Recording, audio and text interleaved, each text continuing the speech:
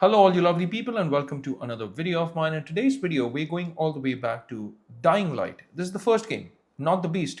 I know the Beast has just released, but the reason why I'm interested to play this on the Legion Go is because this game came out in 2015. So it's been 10 years since this game came out. And when it came out, it was one of the best open world action RPGs which had zombies in it. And how does it perform now that we have handheld PCs on something like the Legion Go? That's what this video is about. So what I'm going to do is I'm quickly going to pull up my Lenovo Legion Go's AMD Adrenaline settings, and I'm going to show you the settings that I'm playing with. First of all, the display driver version that I have is 25.10.13.11. Now, in case you don't know how to sideload this, then please check out my dedicated video on how to install these drivers, because this is the Ally driver. And this obviously works with the Legion Go as well. This video is proof of that. But different display drivers have different methods of installation. So this one needs certain steps.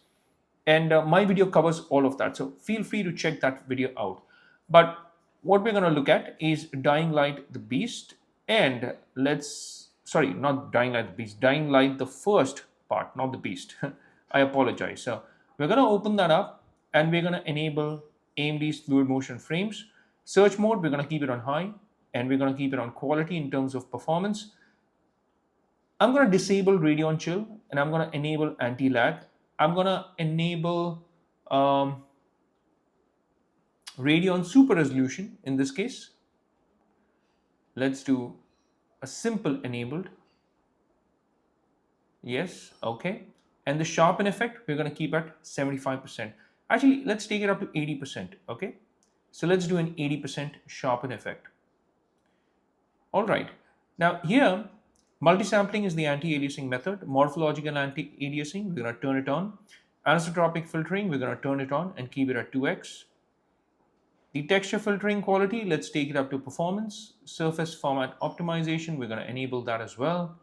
And the tessellation mode is AMD optimized. It doesn't really matter if I turn this on or off, the OpenGL triple buffering, but we are going to turn that on just for the sake of it.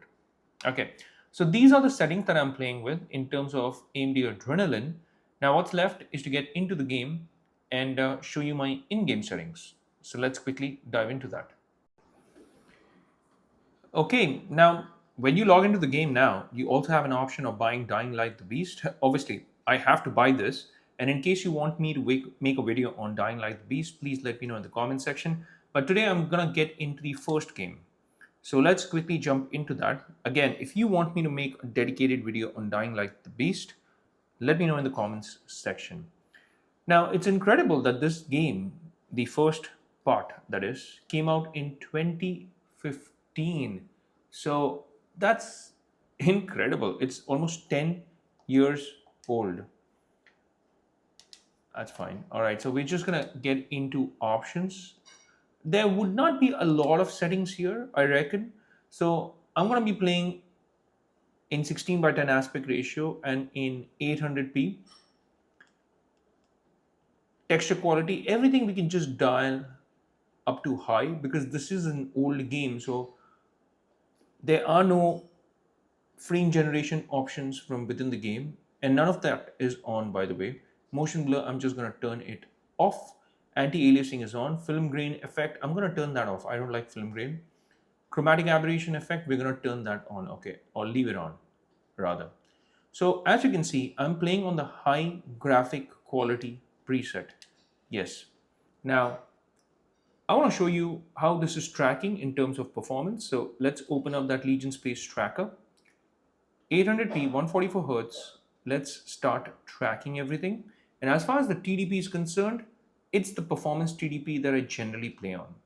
So that's what I'm playing with here. And as you can see, in the menu options, it's saying that I'm getting 92 FPS. Now, that is incredible. Truly incredible. So let's get into the game and see if it can actually keep up, because this is the menu. Menu options will generally show you a high FPS, But what about the game itself? That's what I'm interested to find out. So let's go with the story mode. In all my videos, I generally play on the easiest mode available. So here we have finally gotten into the game. And the reason why I keep the tracker on and I do a lot of commentary is because sometimes the tracker, Legion Spaces tracker, just gets stuck. There's not a lot of movement when it comes to the tracker. And therefore, I do these commentaries on top of these videos so that I can share the real world experience of mine so that you get an idea whether this game is running smoothly on the Legion Go or not. So, as we progress in the game, I am going to be sharing my experience as well from time to time. And this is not a review because obviously this is a 10-year-old game. So there's no point of making a review of this game. But this game had a lot of beautiful things going for it. One of the first things that comes to my mind is that dynamic day and night cycle. And it's this cycle that transforms the player's core experience from a thrilling sandbox into a frantic, heart pounding nightmare. And the game is set in this quarantined city of Harran. And you play as Kyle Crane. That's the name of the protagonist. You're an undercover GRE operative dropped in to retrieve a sensitive file. So, Dying Light's gameplay, well, this is a first person game. And this game had a fantastic traversal system. In fact, it is what made this game really strong. I could say that it is the game's unparalleled strength. The movement system, it's fluid, it's responsive, and tactile. Landing a successful jump, vaulting over obstacles, and chaining rooftop runs provides an unmatched sense of speed and freedom. So, what starts as a clumsy scramble quickly evolves into graceful, momentum driven traversal as the player unlocks the agility skill tree. There's a bit of combat as well. In fact, a lot of combat, not a bit of combat. And combat is up close, it's personal, it's profoundly messy. So, you have a little bit of Dead Islands, you could say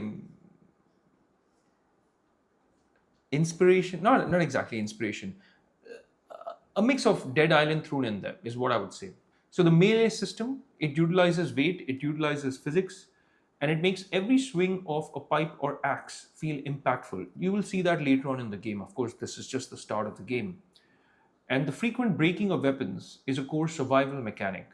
It forces you as a player to constantly scavenge and utilize your limited resources.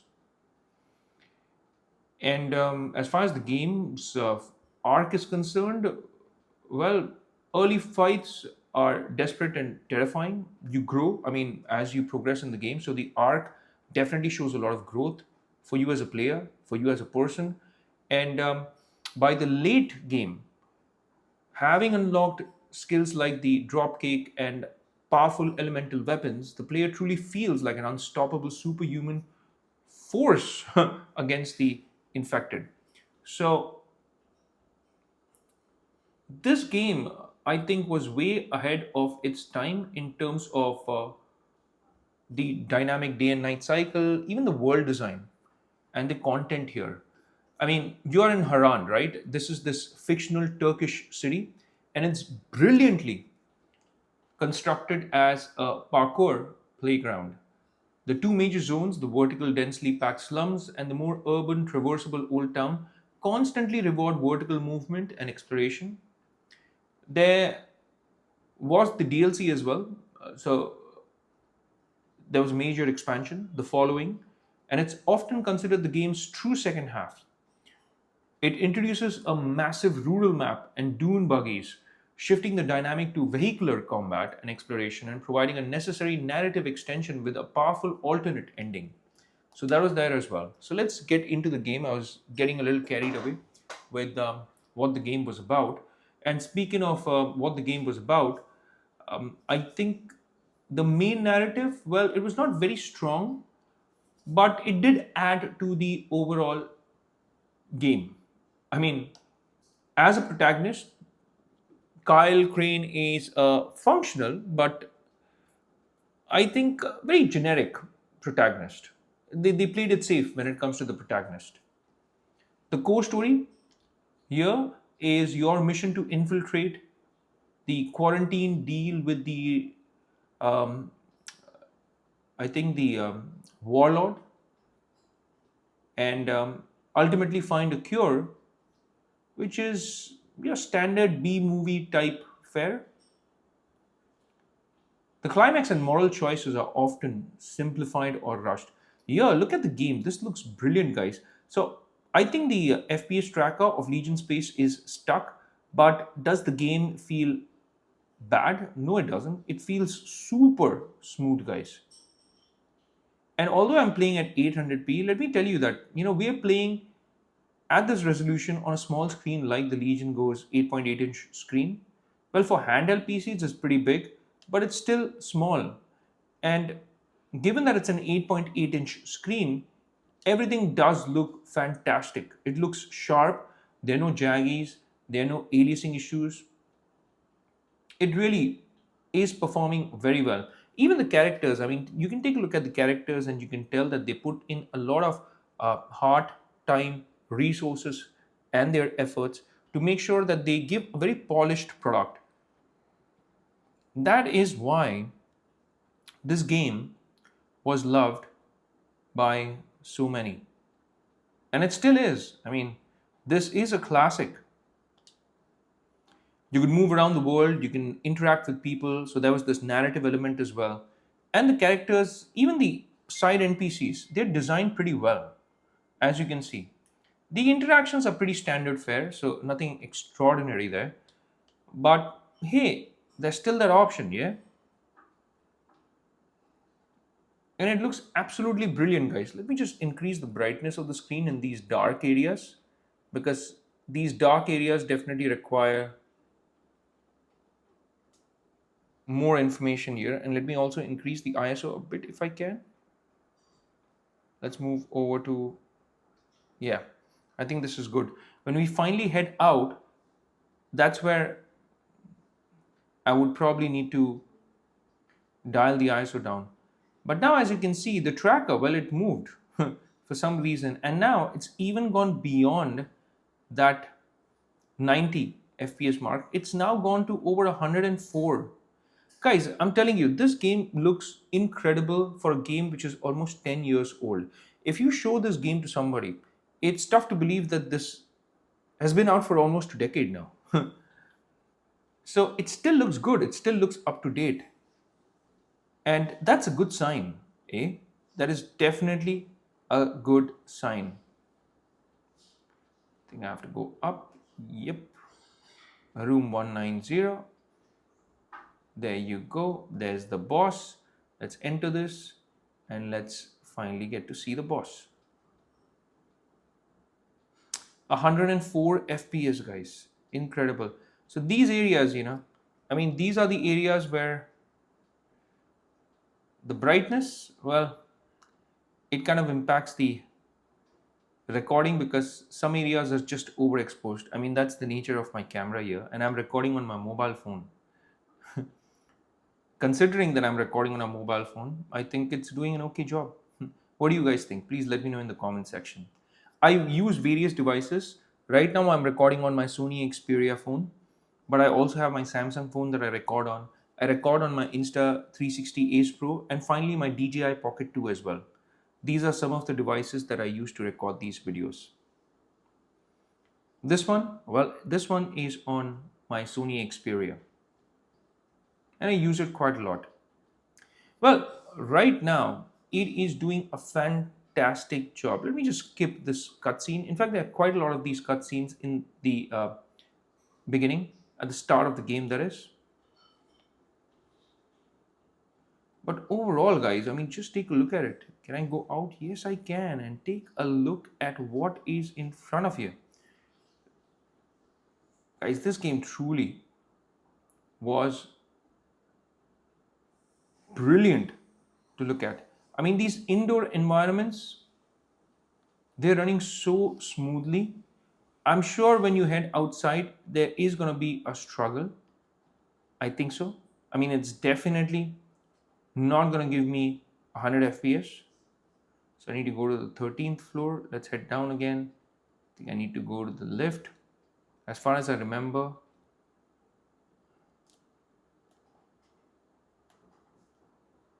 and let's go over to the 13th floor. Where was the lift?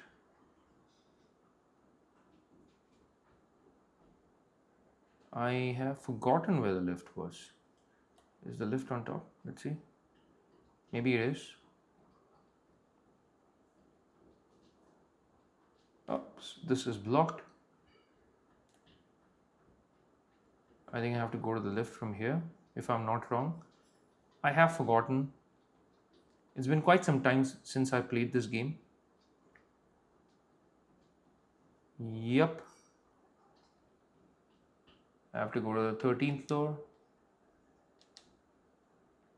Come on, come on. Okay, what do I need to do? I need to use the elevator. And let's head up over to the 13th floor. So far, so good, guys.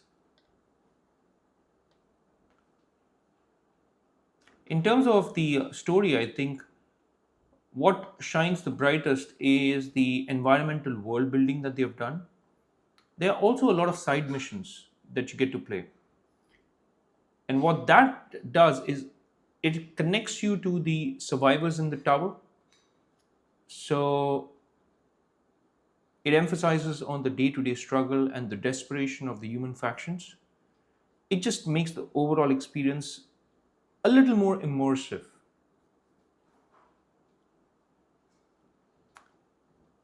Again, guys, my screen might be a little overexposed, but this game does look absolutely brilliant. And even now, I'm getting over 104 FPS. The performance is absolutely solid, guys. There's a tiny little mini map as well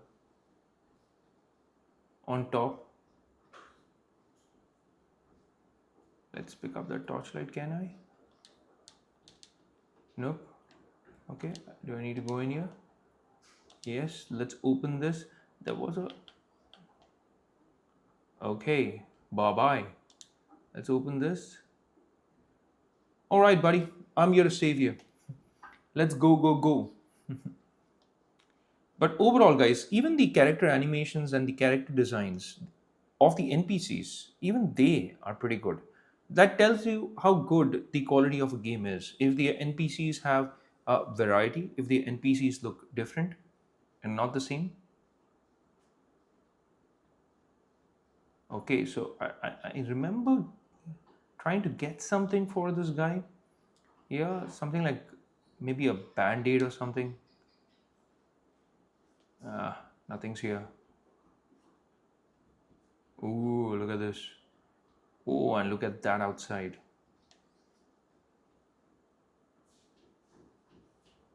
These boxes? Nope, nothing. Nothing, nothing, nothing. Okay, my controller has died down. Right in the middle of a game. Brilliant. But I have the Legion Ghost controller. So we're going to use that.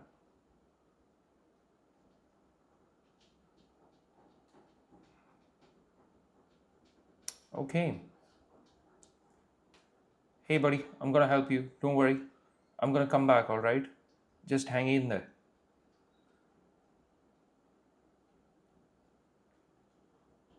Whoa, creepy. Whoa. Something in here? Nope. Something in here? Nope. Can I open this? Nope. I have forgotten, guys. I mean, what to do. But hey, this is the Dying Light. There's just so much that you can do in this game. this is just the beginning. I mean, the tip of the iceberg, I would say. This game is absolutely brilliant. For those who have played this already on the PC, you know exactly what I'm talking about. It's an incredible journey that you get to take, and you absolutely will not be disappointed. The game performs really well on the Legion Go, as you can clearly see here, and you're going to have a ball of a time with Dying Light. I am planning to do a sequel video, like play Dying Light 2, and then finally also download Dying Light the Beast and finally play that as well. Show you the performance of that game also. So 3 videos on the Dying Light series. Please let me know if you think that's a good idea. As far as this video goes, well, let's call it quits here. And okay, I've learned how to craft a medkit. Fantastic. So let's call it quits here. And before I go, I do make videos like this on the Legion Go. These are my Let's Play videos. And apart from this, I have a lot of gameplay videos. I have a lot of game reviews. I have products and items being reviewed as well. Products and items related to gaming, that is. So feel free to check out some of my other videos on my channel list. And if you've liked this video again, please do not forget to hit that like and subscribe button and also that bell icon in case you want to get notified with all my latest videos. Well, this is me signing off, and I will see you lovely folks in my next video. Until that time, I'll say take care, stay safe, and may God bless you all.